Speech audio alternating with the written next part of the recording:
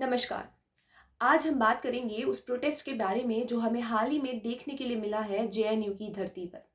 पहले हम उसका थोड़ा बैकग्राउंड जान लेते हैं। 2019-2020 के टाइम पे 2014 में कोई बिल पास हुआ था, सिटीजनशिप अमेंडमेंट एक्ट, उसको एनफोर्स किया जा रहा था, जिसके अंतर्गत 31 दिसंबर 2014 तक जो भी नागरिक, जो भी लोग एक्सेप्ट मुस्लिम्स अफगानिस्तान, बांग्लादेश, पाकिस्तान से इंडिया में एंटर हुए हैं, उनको ऑटोमेटिकली इंडियन सिटीजनशिप दे दी जाती।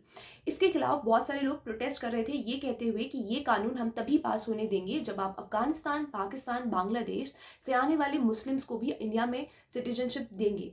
बिकॉज उनके मुताबिक अफगानिस्तान, पाकिस्तान और बांग्लादेश में मुस्लिम्स को भी प्रोसिक्यूट किया जाता है। लेकिन ये लोग तब कोई प्रोटेस्ट नहीं करते हैं जब बांग्लादेश में एक हिंदू को जिंदा जला दिया जाता है। ये लोग एक वीडियो, एक स्टेटस तक तब नहीं लगाते हैं।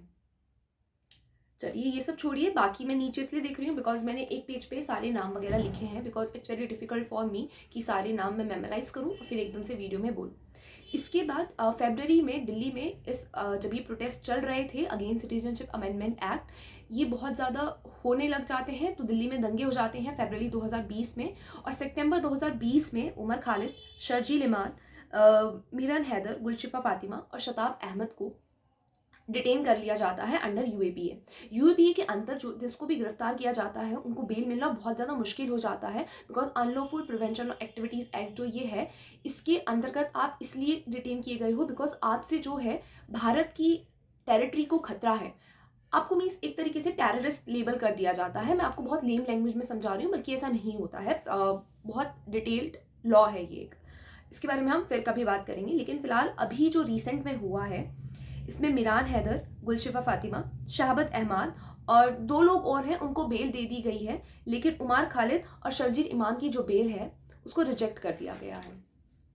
किस बेसिस पे? क्योंकि सुप्रीम कोर्ट कह रहा है कि ये जो दो लोग हैं इनकी बेल इसलिए रिजेक्ट की गई है क्योंकि इन दोनों का बहुत ज़्यादा इंटरफेरेंस दिखा है उन दंगों में जो 2020 में दिल्ली में भड़के थे। बाकी लोगों का इतना नहीं है जितना इन दोनों का है। तो बाकी लोगों को जो बेल ग्रांट हुई है कुछ शर्तों पे हुई है। वो शर्तें कुछ इस तरीके से हैं, इनको पर्सनल बॉन्ड सबमिट करा इन्होंने 2 लाख रुपए का, जो कि कुछ ज़्यादा नहीं है, बिकॉज इनको बहुत बड़े बड़े लोग आउट ऑफ इंडिया से भी सपोर्ट कर रहे हैं। बिकॉज अगर आप एक बार एंटी नेशनल हो गए, आप भारत के खिलाफ बोलना शुरू करोगे, तो आपको बहुत सारी ताकतें हैं जो सपोर्ट करने आ जाएंगी। और इनका केस जो है वो भी बहुत बड़े बड़े वकील लड़ रहे हैं, जैसे कि कपिल सिब्बल, अभिषेक मन सिंघवी, सिद्धार्थ लुथरा, सिद्धार्थ द्विवेदी, एडवोकेट गौतम खंजानी एंड सलमान खुराशिद। ये बहुत बड़े बड़े वकील हैं। इनकी जो एवरेज फीस होती है पर हियरिंग, एक बार सुप्रीम कोर्ट में जाके सिर्फ अपनी शक्ल दिखा के आने की, वो कम से कम 5 से 12 लाख होती है। ये मिनिमम है, लेने के लिए लोग कितनी भी ले सकते हैं। जो लोग पर हियरिंग इतने बड़े बड़े एडवोकेट की फीस भर सकते हैं, ऑफ कोर्स एक नॉर्मल फैमिली से आने वाला उमर खालिद और शर्जील इमाम ये फीस नहीं अफोर्ड कर सकता। तो हमें पता है कि कहीं से तो बैकिंग आ रही है। बहुत बड़ा इकोसिस्टम है जो इस पूरे प्रोटेस्ट को बैक कर रहा था और ऐसी आइडियोलॉजी को बैक करता है। तो इनके लिए 2 लाख का पर्सनल बॉन्ड भरना इतनी कोई बड़ी बात नहीं होती है। इसके बाद इन लोगों को ये कहा गया है कि आप नेशनल कैपिटल रीजन जो है, means NCR, national capital territory, I am sorry, national capital territory जो है, आप इसको नहीं छोड़ेंगे। लेकिन अगर आपको बाहर जाना है तो आप ट्रायल कोर्ट को इन्फॉर्म करेंगे, रीजन बताएंगे कि आप क्यों जाना चाहते हैं। उसके बाद इनका जो पासपोर्ट है वो जब्त कर लिया गया है। यहाँ पे मैं एक पॉइंट ऑफ व्यू डालूंगी। मैं एक एडवोकेट है, मैं उनको सुनती हूँ। उन्होंने बोला कि इनके पेरेंट्स का भी एडवोकेट जब्त कर लेना चाहिए, बिकॉज उन लोगों को भी इंडिया में घूमे वो जहाँ उनको घूमना है, बट उनको आउट ऑफ इंडिया नहीं जाना अलाउ होना चाहिए। बिकॉज इनके अंदर ये मानसिकता कहाँ से आ रही है? इनके पेरेंट्स से आ रही है, और इनके पेरेंट्स बाहर जाके यूएसए में जाके जॉर्डन ममदानी वगैरह से मिलके आ रहे हैं। That's also should be band, that also should be criticised. चलिए हम ये सारी बातें नहीं करते हैं। लेकिन उसके बाद जो इन पे शर्त लगाई गई है वो ये है कि आप जहाँ पे रहोगे आपका लिविंग एड्रेस आपको कोर्ट को देना पड़ेगा, और रोज आपको 10 से 12 बजे के बीच में दिल्ली कमिश्नर का जो क्राइम ब्रांच क्राइम ऑफिस है वहाँ पे जाके आपको अपनी अटेंडेंस लगा के आनी पड़ेगी। और Delhi commissioner of crime department को बोला गया है कि आप इसके लिए अलग से रजिस्टर मेंटेन करेंगे। उसके बाद जो भी इस केस से रिलेटेड विटनेस है, चाहे वो गवाही दे चुके हैं या नहीं दिए हैं, आप लोगों का उन लोगों से कोई भी कांटेक्ट नहीं होगा। आप कोई भी प्रोग्राम, कोई भी सेमिनार, कोई भी फंक्शन अटेंड नहीं करेंगे। आप किसी भी प्रिंट मीडिया, सोशल मीडिया को अपने पॉइंट ऑफ व्यूज नहीं बताएंगे, अपना इंटरव्यू नहीं देंगे। आपको अगर कोई भी मैसेज फॉरवर्ड करने के लिए बोला जाता है इन प्लेटफॉर्म्स पे, तो भी आप वो नहीं करेंगे। जब सुप्रीम कोर्ट 5 लोगों को बेल ग्रांट कर देता है तो जेएनयू वाले बहुत खुश होते हैं, सुप्रीम कोर्ट की बहुत ज़्यादा सराहना करते हैं और सुप्रीम कोर्ट को बोलते हैं, मतलब बहुत ज़्यादा सुप्रीम कोर्ट की तारीफ करते हैं। लेकिन वहीं जब सुप्रीम कोर्ट शर्जील इमाम और उमर खालिद की बेल को डिनाई कर देता है, बिकॉज सुप्रीम कोर्ट की नज़रों में और जो एविडेंस सुप्रीम कोर्ट के पास थे उनके मुताबिक ये दोनों दिल्ली राइट्स में मिले हुए पाए जाते हैं, तो यही जेएनयू से हमें कुछ इस तरीके के प्रोटेस्ट देखने के लिए मिलते हैं।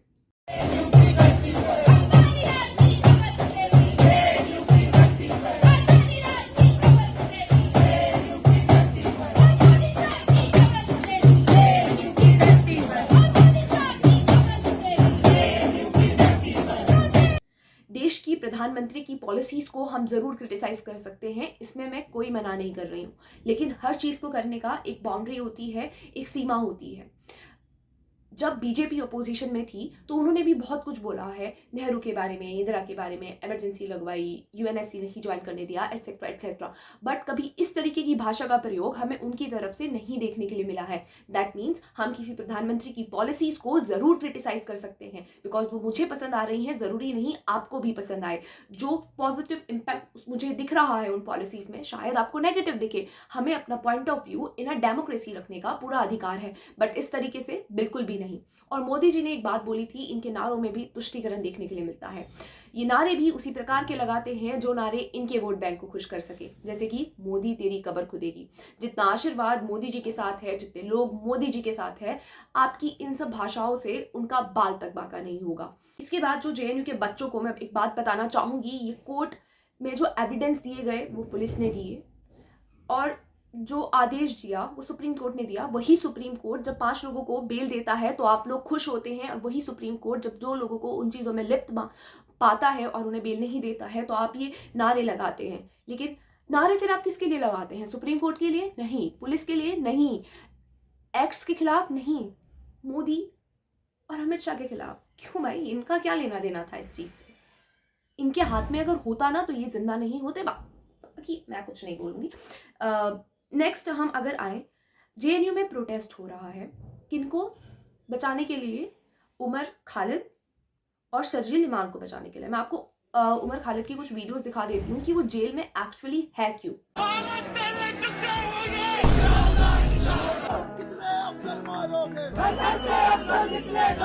पहले भी शायद दर्ज कर चुका मैं, 5 लाख लोग हमारे पास हो ऑर्गेनाइज्ड, तो हम हिंदुस्तान और नॉर्थ ईस्ट को परमानेंटली कट कर सकते हैं।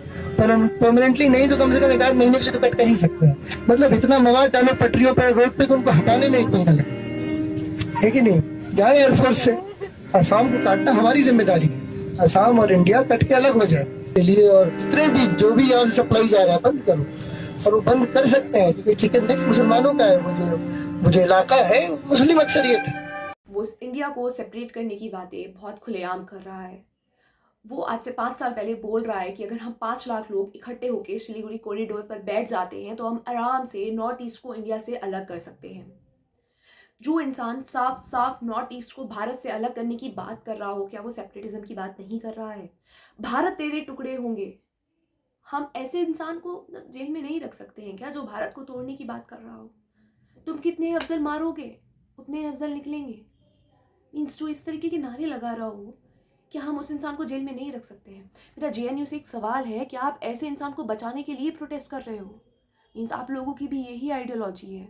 मुझे समझ नहीं आता, आप लोग anti BJP, anti Modi, anti Amit Shah होते होते एंटी नेशनल कब हो जाते हो? मीन्स आप लोग उस इंसान की सपोर्ट में प्रोटेस्ट कर रहे हो जो ये बोल रहा है कि मैं भारत से नॉर्थ ईस्ट अलग कर दूंगा, भारत से नॉर्थ ईस्ट अलग होना चाहिए, जो कह रहा है कि भारत तेरे टुकड़े होंगे, जो कह रहा है कि कितने मुसलमान, मतलब as a student from a Delhi university who was dreaming to study in JNU, it's very difficult for me कि जिस इंस्टीट्यूट में एंटी नेशनल होना, एंटी इंडिया होना, अपने देश को गाली देना, उन इंसानों को सपोर्ट करना बैच ऑफ ऑनर माना जाता है जो देश को तोड़ने की बात करते हैं, तो बेटर है ऐसे इंस्टीट्यूशन से दूर रहना।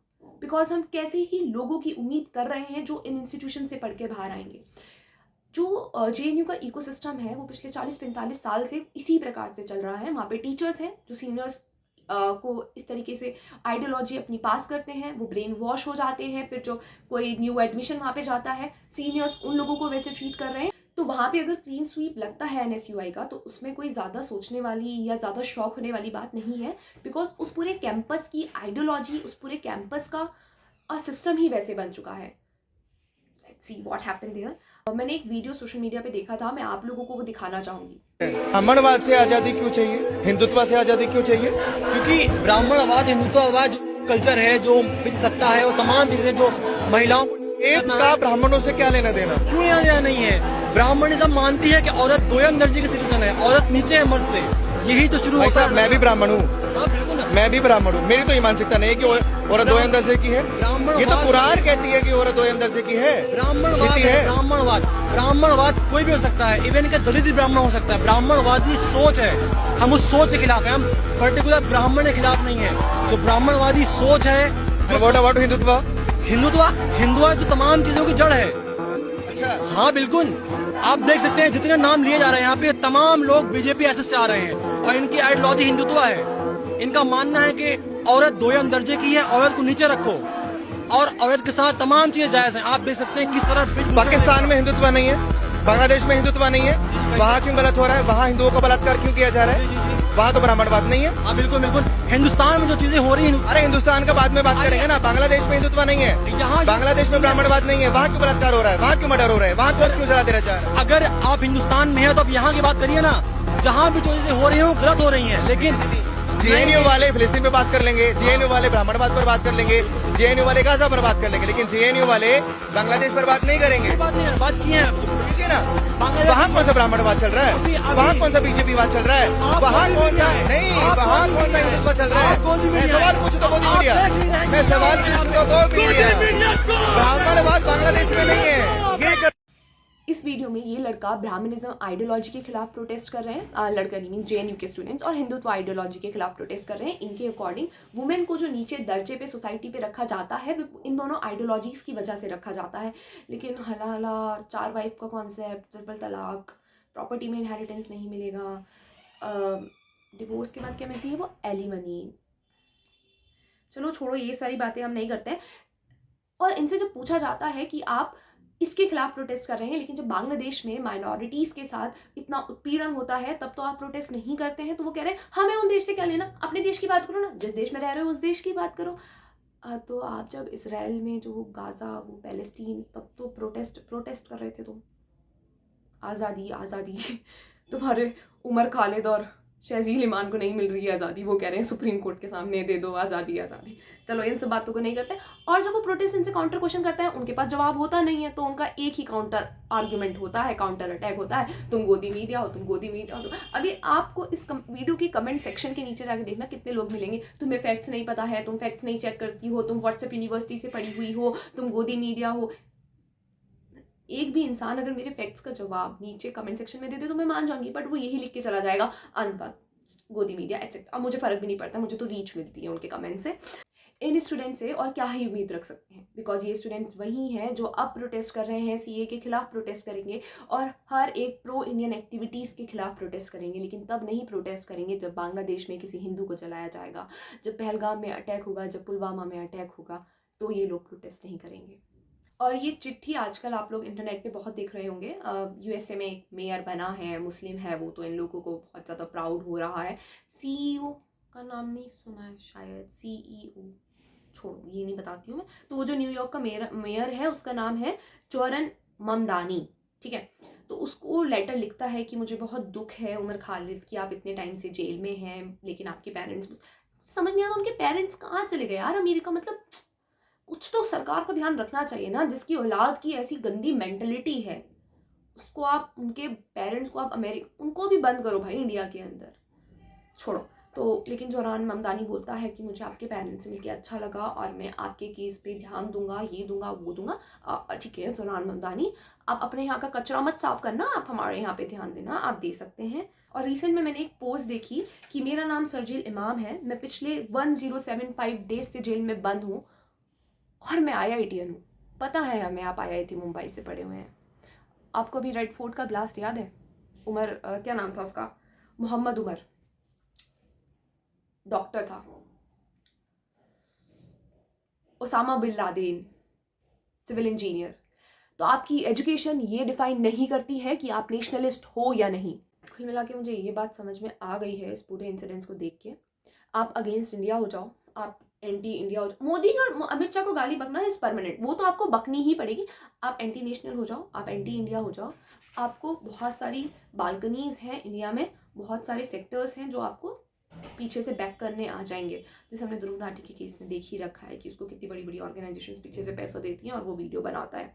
इसके अलावा अगर मुझे कुछ बोलना है तो मुझे और अभी फिलहाल कुछ नहीं बोलना है। These all are the facts which are in my mind.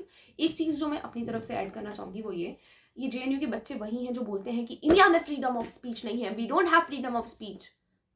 तुम अपने देश के प्रधानमंत्री के बारे में वो नारे बोले हो जिसकी कोई लिमिट नहीं है, जिसको जितना क्रिटिसाइज किया जाए उतना कम है, और फिर भी तुम जाके अपने हॉस्टल में अपने घर में जाके आराम से सो रहे हो। और कितने फ्रीडम ऑफ स्पीच चाहिए तुम्हें, और कितनी लिबर्टी चाहिए तुम्हें? मीन्स तुम क्या चाहते हो कि मोदी को सांस लेनी है या नहीं लेनी ये भी तुमसे डिसाइड किया जाए, तब तुम बोलोगे कि हाँ हमारे पास फ्रीडम है। मैं अगर देश की प्रधानमंत्री होती ना, कॉन्स्टिट्यूशन में इतना तो कुछ मैं कर ही सकती थी कि तुम लोगों को पीछे पहुंचवा देती, बिकॉज तुम लोग उस इंसान को सपोर्ट कर रहे हो जो भारत तेरे टुकड़े होंगे, नॉर्थ ईस्ट को अलग करने की बात कर रहा है। तो फ्रीडम ऑफ स्पीच तो बहुत है। जब सुप्रीम कोर्ट तुम्हारे फेवर में फैसला दे दे तो तुमको सुप्रीम कोर्ट अच्छा लगता है, अगेंस्ट में फैसला दे दे तो तुम उसके अगेंस्ट प्रोटेस्ट करते हो। जब तुम्हें कुछ चीज़ गलत बोलने पे रोक दिया जाए तो तुम्हारे पास फ्रीडम ऑफ स्पीच नहीं है, वहीं तुम इतना कुछ बोल दे रहे हो। यही आपस में बहुत बड़ा सबूत है कि जो जिस चीज़ को जिस तरीके से देखना चाहता है वो उस चीज़ को उसी तरीके से देखेगा। और जो गंदे गोदी मीडिया अनबर्थ लिख के मेरी कमेंट में जाने वाले हैं, आप लिख के जा सकते हो, मैं रोकने वाली तो कुछ नहीं होती हूँ, पर ध्यान रखना आपके पास फैक्ट्स नहीं है मुझे करेक्ट करने के लिए, इसलिए आप वो वर्ड्स लिख के जा रहे हो। Shame on you, shame on you, shame on you, shame on you, because आप भी उसी आइडियोलॉजी को सपोर्ट करते हो जो भारत को तोड़ने की बात करती है, भारत को अलग करने की बात करती है। डूब के मर जाना चाहिए ऐसे सोच वाले लोगों को।